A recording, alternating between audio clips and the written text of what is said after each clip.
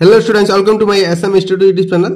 তো মই তোমালোকৰ কাৰণে আজি তোমালোকৰ AEC Assamese যাৰ আছে তাৰ কাৰণে এইখন কোৱেশ্চন পেপাৰ হয় ঠিক আছে তোমালোকৰ কাৰণে মই আজি AEC কোৱেশ্চন পেপাৰটো লৈ আহিছো প্ৰিভিয়াস ইয়াৰৰ কোৱেশ্চন পেপাৰ হয় তোমালোকৰ সাবজেক্ট দি আছে AEC Assamese আৰু তোমালোকৰ সিলেবাস দিছে যোগাযোগমূলক অসমীয়া ঠিক আছে তোমালোকৰ ফুল মাৰ্কস দিয়া থাকিব তোমালোকৰ AEC 30 মাৰ্কস আৰু টাইম দিয়া থাকিব 1.5 ঘণ্টা মান ঠিক আছে তো তোমালোকে তলৰ কোৱেশ্চন বা সোৱা তলত তোমালোকক কৈছে তলৰ পাঁচটা প্ৰশ্নৰ উত্তৰ দিয়া ঠিক আছে তো তোমালোকক মই সকলোবোৰ কোৱেশ্চন আলোচনা কৰি দিম তোমালোকে ভিডিওটো সম্পূৰ্ণকৈ দেখিবা আৰু তোমালোকে যদি চেনেলটো প্ৰথমবাৰ হোৱা তোমালোকে চেনেলটো সাবস্ক্ৰাইব কৰিব আৰু ভিডিওটো এটি লাইক কৰি দিবা ঠিক আছে আমাৰ প্ৰথম কোৱেশ্চন কি কৈছে ইয়াতে ক নম্বৰ কোৱেশ্চন কি দিছে যে ভাষাৰ ক্ষুদ্ৰতম একক কি ইয়াতে লিখা আছে ধ্বনি তোমালোকে এটো পঢ়ি লবা ঠিক আছে তাৰ পিছত খ নম্বৰ কোৱেশ্চন দিছে আমাক এটো প্ৰথম অসমীয়া ভাষাত প্ৰকাশিত বাতৰি কাকতখনৰ নাম কি ইয়াতে তোমালোকে এটো ভুল দি আছে তোমালোকৰ প্ৰথম অসমীয়া ভাষাত প্ৰকাশিত বাতৰি কাকতখনৰ নাম হৈছে অৰুণোদয় ঠিক আছে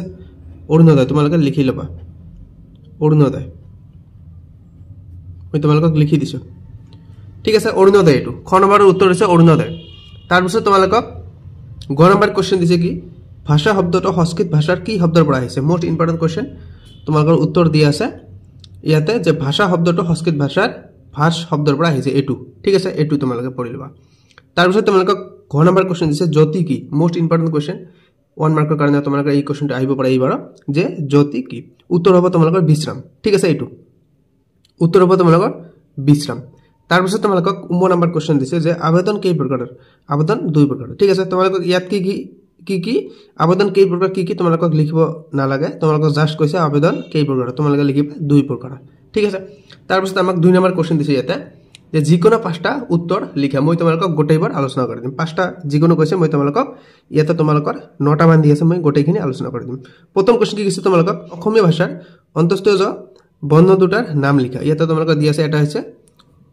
অন্তস্থীয় জ আৰু এটা হৈছে অ ঠিক আছে তাৰ পিছত তোমালোকক খ নম্বৰ কোৱেশ্চন দিছে যে আবেদন কেই প্ৰকাৰৰ আৰু কি আবেদন দুই প্ৰকাৰ জানা গৈছে আগতে আবেদন দুই প্ৰকাৰ হেয়া হৈছে এটা হৈছে ব্যক্তিগত আবেদন এটা হৈছে ব্যক্তিগত আবেদন আৰু এটা হৈছে আনুষ্ঠানিক আবেদন ঠিক আছে আবেদন দুই প্ৰকাৰ ব্যক্তিগত আবেদন আৰু আনুষ্ঠানিক আবেদন তাৰ পিছত তোমালোকক গ নম্বৰ কোৱেশ্চন দিছে এটো যে নিবিদা লিখনৰ দুটা বৈশিষ্ট্য লিখা ইয়াতে তোমালোকৰ উত্তৰ দি আছে এটা হৈছে স্পষ্টতা আৰু এটা হৈছে ব্যৱহাৰিকতা ঠিক আছে তাৰ পিছত আমাক বাকি যিবোৰ কোৱেশ্চন দি আছে গ নম্বৰ কোৱেশ্চন যে কথিত আৰু লিখিত ভাষা কাক বোলে ইয়াৰ পৰা যিবোৰ কোৱেশ্চন আছে এই কোৱেশ্চনবোৰৰ উত্তৰ মই তোমালোকক PDF আকাৰে আলোচনা কৰি দিম তোমালোকে কোৱেশ্চনটো স্ক্ৰিনশ্বট মাৰি ৰাখা মই তোমালোকক PDF আকাৰে আলোচনা কৰি দিম আৰু তোমালোকৰ ইফালে বৰ্ড কোৱেশ্চন দি আছে তোমালোকৰ 3 নম্বৰ যিকোনো তিনিটা প্ৰশ্নৰ উত্তৰ লিখা ইয়াতে তোমালোকে 6টা মান দি আছে মই সকলোবোৰ কোৱেশ্চনৰ উত্তৰ আলোচনা কৰি দিম ঠিক আছে তোমালোকে ভিডিওটো সম্পূৰ্ণকৈ দেখিবা তোমালোকৰ এই কোৱেশ্চনৰ উত্তৰ মই PDF আকাৰে আলোচনা কৰাই দি আছো ঠিক আছে তোমালোকৰ ঘ নম্বৰ কোৱেশ্চন আছিল কথিত আৰু লিখিত ভাষা কাক বোলে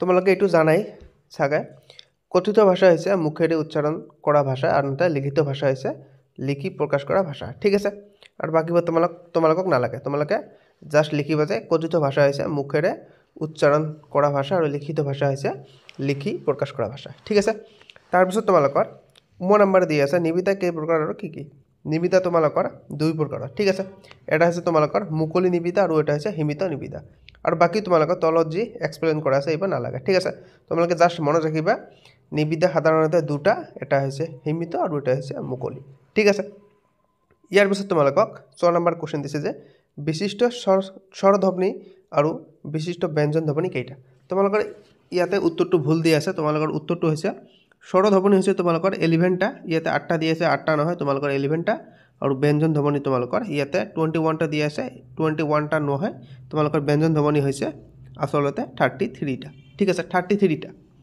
ব্যঞ্জন ধ্বনি তোমালোকৰ 33 আৰু স্বৰধ্বনি তোমালোকৰ 11টা ঠিক আছে ইয়াৰ পিছত তোমালোকক 6 নম্বৰ কোৱেশ্চন দিছে বিজ্ঞাপনৰ দুটা উদ্দেশ্য লিখা মোস্ট ইম্পৰ্টেন্ট কোৱেশ্চন তোমালোকৰ উত্তৰ ইয়াতে দি আছে বিজ্ঞাপনৰ দুটা উদ্দেশ্য হল সামগ্ৰী বা সেৱাৰ প্ৰতি মানুহৰ দৃষ্টি আকৰ্ষণ কৰা আৰু বিক্ৰী বৃদ্ধি কৰা এই দুটা লিখিলে হৈ গল বাকি তলত যি এক্সপ্লেইন কৰা আছে এই বাকিবোৰ তোমালোকক নালাগে ঠিক আছে ইয়াৰ পিছত তোমালোকক বৰ্গিত জ নম্বৰ কোৱেশ্চন দিছে কৃত প্ৰত্যয় কাক বোলে উদাহৰণ দিয়া উত্তৰ দি আছে ধাতু বা ক্ৰিয়াৰ মূলৰ পিছত যোগ হোৱা প্ৰত্যয় কৃত প্ৰত্যয় বোলে উদাহৰণ তোমালোকক তলত দি আছে তোমালোকে চাই লবা ভিডিওটো লং হৈ গৈ আছে ঠিক আছে তোমালোকে তলত চাই লবা ইয়াৰ পিছত তোমালোকক জ নম্বৰ কোৱেশ্চন দিছে চন্দ্ৰবিন্দুৰ দুটা ব্যৱহাৰ লিখা মোস্ট ইম্পৰ্টেন্ট কোৱেশ্চন চন্দ্ৰবিন্দুৰ দুটা ব্যৱহাৰ হল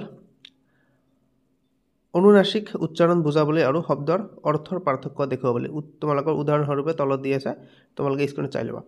ইয়াৰ পিছত তোমালোকক নিয় নম্বৰ কুৱেশ্যন দিছে।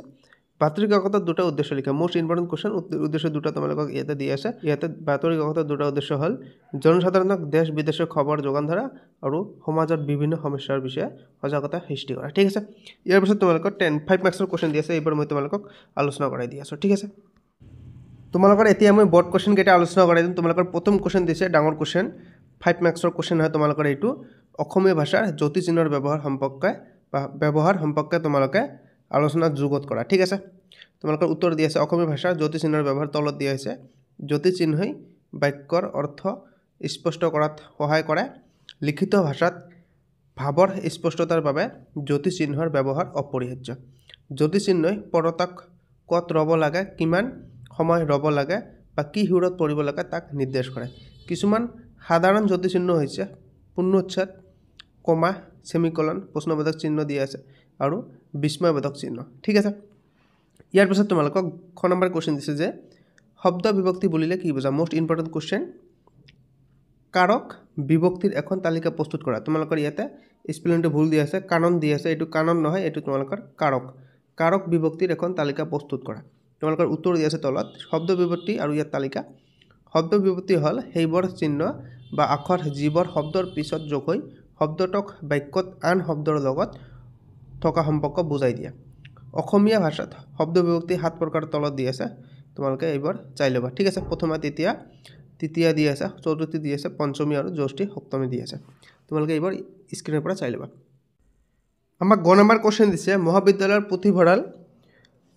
পুথিভঁৰাল সুব্যৱস্থাৰ বাবে অধ্যক্ষ মহোদয়লৈ এখন আবেদন লিখা। তলত দি আছে প্ৰতি লিখিবা অধ্যক্ষ মহোদয় আৰু মহাবিদ্যালয়ৰ নাম লিখিবা, তলত স্থান লিখিবা। ঠিক আছে, মই দেখুৱাই দিছোঁ। তাৰপিছত বিষয়টো তোমালোকে লিখি ল'বা যে পুথিভঁৰাল সুশৃংখল ব্যৱস্থাৰ বিনীত অনুৰোধ। বিষয়টো তলত লিখা আছে, তোমালোকে লিখি ল'বা পুথিভঁৰাল সুশৃংখল ব্যৱস্থাৰ বিনীত অনুৰোধ। পুথিভঁৰাল তোমালোকৰ স্পেলিংটো ভুল দি আছে, তোমালোকে শুদ্ধ কৰি লিখিবা। তাৰপিছত তোমালোকক তলত দিয়া হ'ব যে মাননীয় মহোদয় দি আছে, তোমালোকে তলৰ পৰা লিখি ল'বা। আমি আপোনাৰ মহাবিদ্যালয়ৰ শিক্ষাৰ্থী, পুথিভঁৰালটোৰ বৰ্তমান অৱস্থা অতি অব্যৱস্থিত, বহুতো পুথি সঠিকভাৱে নম্বৰীকৰণ কৰা হোৱা নাই। তাৰপিছত তোমালোকে বাকীখিনি তলৰ পৰা চাই ল'বা।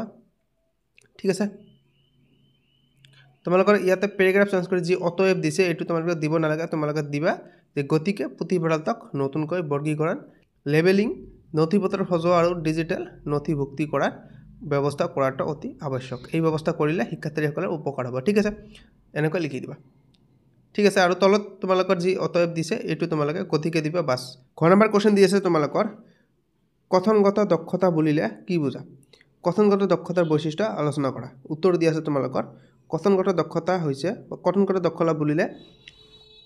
দক্ষতা বুলিলে শুদ্ধ উচ্চাৰণ আৰু উপযুক্ত শব্দ ব্যৱহাৰেৰে নিজৰ মনোভাৱ আনৰ আগত স্পষ্টভাৱে প্ৰকাশ কৰাৰ সামৰ্থ্যক বুজায়। ইয়াৰ কিছুমান মুখ্য বৈশিষ্ট্য দি আছে, তলত স্পষ্টতা দি আছে, কথাখিনি স্পষ্টভাৱে বুজাব পৰা হ'ব লাগে। শুদ্ধতা দি আছে, ভাষাৰ ব্যাকৰণ আৰু উচ্চাৰণ শুদ্ধ হ'ব লাগে। সাৱলীলতা দি আছে তোমালোকক, সাৱলীলতা তোমালোকক দি আছে, কথা কোৱাত কোনো ধৰণৰ বাধা বা জড়তা থাকিব নালাগে। উপযুক্ত শব্দ চয়ন দি আছে, পৰিস্থিতি অনুসৰি উপযুক্ত শব্দ ব্যৱহাৰ কৰিব লাগে। নম্বৰ কুৱেশ্যন দিছে আমাক ইয়াতে যে তোমাৰ অঞ্চলৰ বাটপথৰ মেৰামতিৰ বাবে অনুৰোধ জনাই লোক নিৰ্মাণ বিভাগৰ কাৰ্যকৰী অভিযন্তালৈ এখন আবেদন লিখা। উত্তৰ দি আছে, তোমালোকে এইবোৰ চাই ল'বা।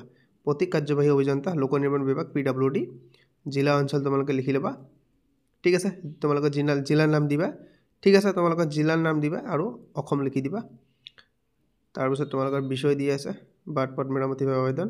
মাননীয় মহোদয়, আমি আমাৰ গাঁও অঞ্চলৰ বাসিন্দা, আমাৰ অঞ্চলৰ মুখ্য বাটপথখন অৱস্থা অত্যন্ত বেয়া অৱস্থাত পৰিছে। তোমালোকে বাকীবোৰ ইয়াৰ পৰা লিখি ল'বা।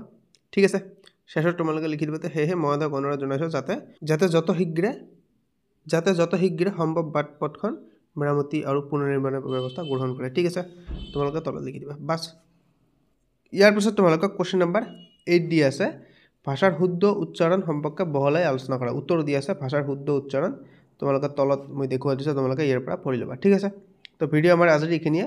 ভিডিঅ'টো ভাল লাগিলে তোমালোকে চেনেলটো ছাবস্ক্ৰাইব কৰি দিবা। ঠিক আছে, বাই বাই, টেক কেয়াৰ।